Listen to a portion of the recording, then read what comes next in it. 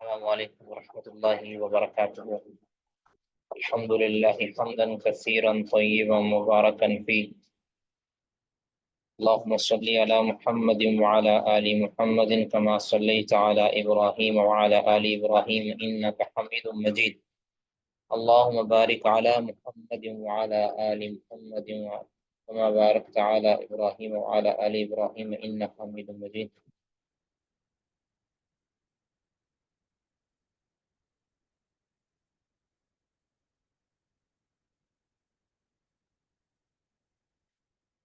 رب يسر ولا تعسر وتمم بالخير.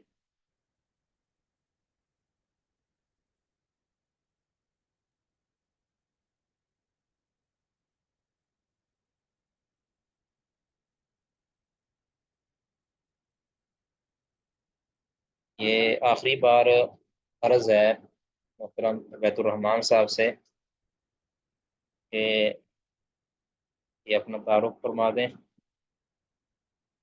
پرسنل میں ابھی نہیں کر سکتے، بعد میں فرما دیں، اپنا تعارف کروا دیں، ورنہ پھر مجبوراً یہ آپ کی آخری کلاس ہوگی انشاءاللہ.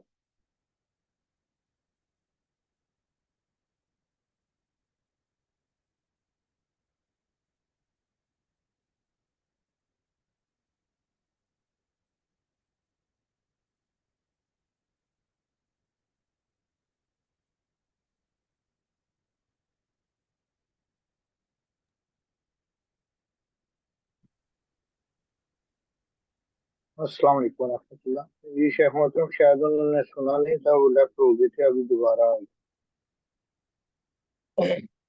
جی چلیں، بس ان کو تنبیہ کرتی ہے.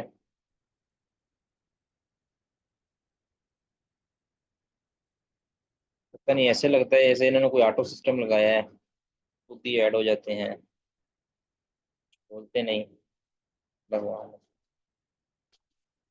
جی ہماری کتاب ہے جی اب بدایت المجتہد و نہایت المقتصد.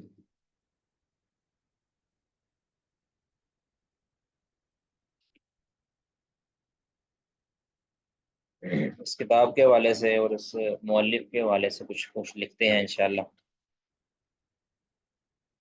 میں ایک کتاب اصل میں ڈاؤن لوڈ کر رہا ہوں، میں تو ادھر جو ہے نا ان کا کچھ ترجمہ لکھا ہوا ہے، ادھر سے ہی آپ کو پڑھا دیا جائے تاکہ آپ کو لکھنے کی بھی حاجت نہ ہو. اور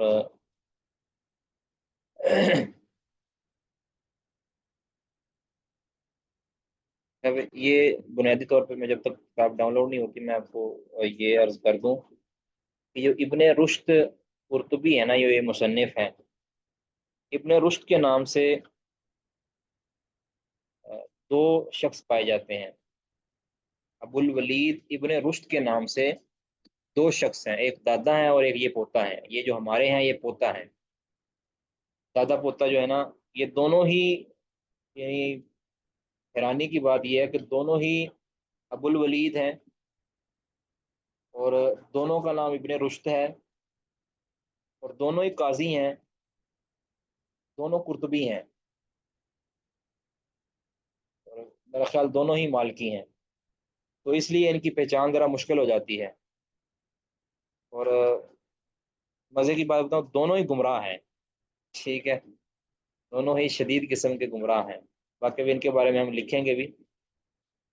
تو ایک کی وفات جو دادا ہیں، تو اس کا جو فرق کیا جاتا ہے نا، ابن رشد الحفید اور ابن رشد الجد، اس نام سے کیا جاتا ہے. الجد جو ہے یہ ہمارا نہیں ہے. تو جو الجد ہے اس کی تاریخ وفات 520 ہے غالباً. جی 520 ہے، اور ان کی جو تاریخ وفات ہے وہ 595 ہے. اس طرح کچھ فرق کیا جاتا ہے.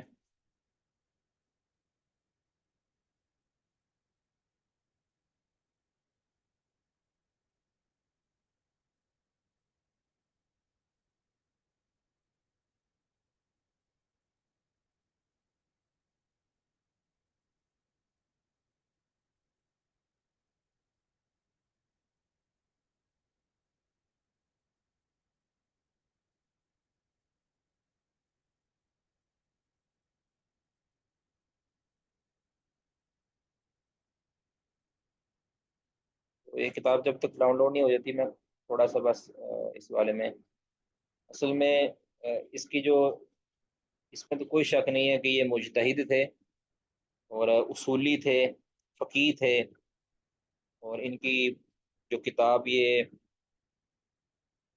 جو بنیادی طلبہ ہیں اس کے فقہ کے، ان کے لیے انتہائی مفید ہے بدایت المجتہد و نہایت المقتصد، یہ بہت ہی مفید ہے۔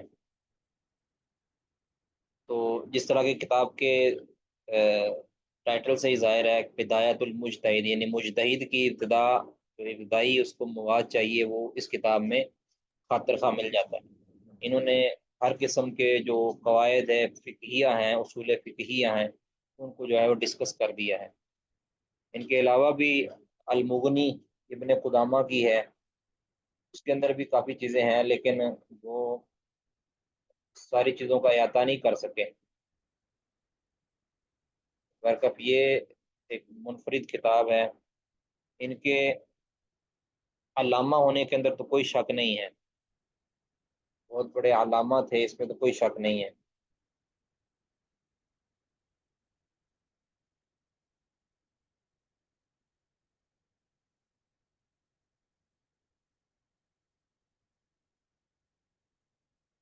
لیکن ان کے جو عقائد تھے، نظریات تھے، وہ بہت ہی خطرناک تھے۔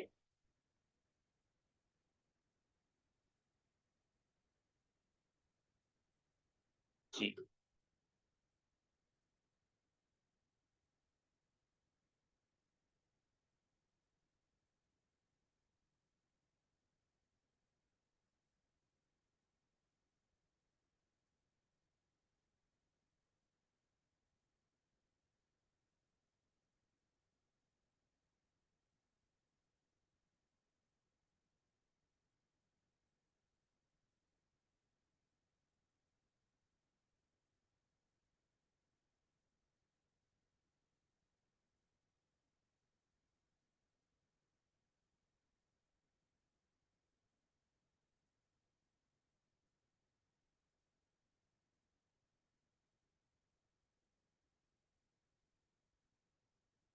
جی، یہ ہے اسمہ و نسبہ والعلامہ فیلسوف الوقت، یعنی یہ فلسفی تھے، وقت کے فلسفی تھے، فلسفہ ان کے اندر بڑا کوٹ کوٹ کے بھرا ہوا تھا۔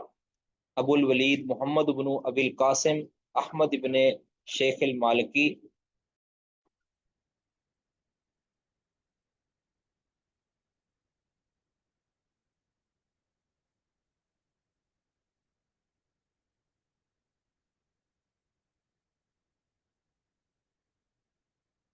جی، یہ ان کا نام ہے ابو الولید، یہ دیکھیں اب یہ ہے پوتا، آگے محمد ان کا نام ہے، ابو القاسم احمد، آگے ان کے ابا جی کا نام ہے ابن شیخ المالکیہ ابو الولید، شیخ المالکیہ ابو الولید، یہ ان کے دادا کا نام ہے، یعنی یہ جد بن احمد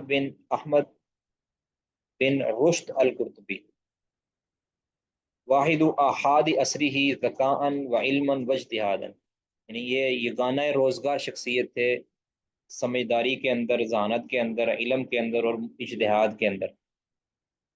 مولدہ ولید سنت 514 ہجری، 514 کے اندر یہ پیدا ہوئے، ان کے دادا جی 520 میں فوت ہوئے ہیں، یہ 514 کے اندر پیدا ہوئے ہیں۔ وکیلا، یہ بھی کہا گیا کہ 520 کے اندر پیدا ہوئے، فی بیت فقہ و قضاء قدیم، بہت ہی فقیہ گھرانہ تھا، قضاء قدیم، اور ایک عرصہ دراز سے یہ قاضیوں کا جو ہے نا وہ گھرانہ تھا، یعنی قاضی تھے، فیصلے کرتے تھے۔ قبل وفات جدی ہی ابی الولید بشہر واحد، کہتے کہا جاتا ہے کہ 520 کے اندر یہ پیدا ہوئے ہیں، ان کے جو دادا ابو الولید کے وفات کے ایک مہینہ پہلے، وعرض الموطا علی والدہ ابو القاسم، انہوں نے اپنے والد ابو القاسم پر موطا کو قرات کیا، کے سامنے پڑھا، یعنی ان سے تعلیم حاصل کی۔ شیوخہ و علمہ اخذ الادب عن جماعت واشتغل بالفقہ والعربیۃ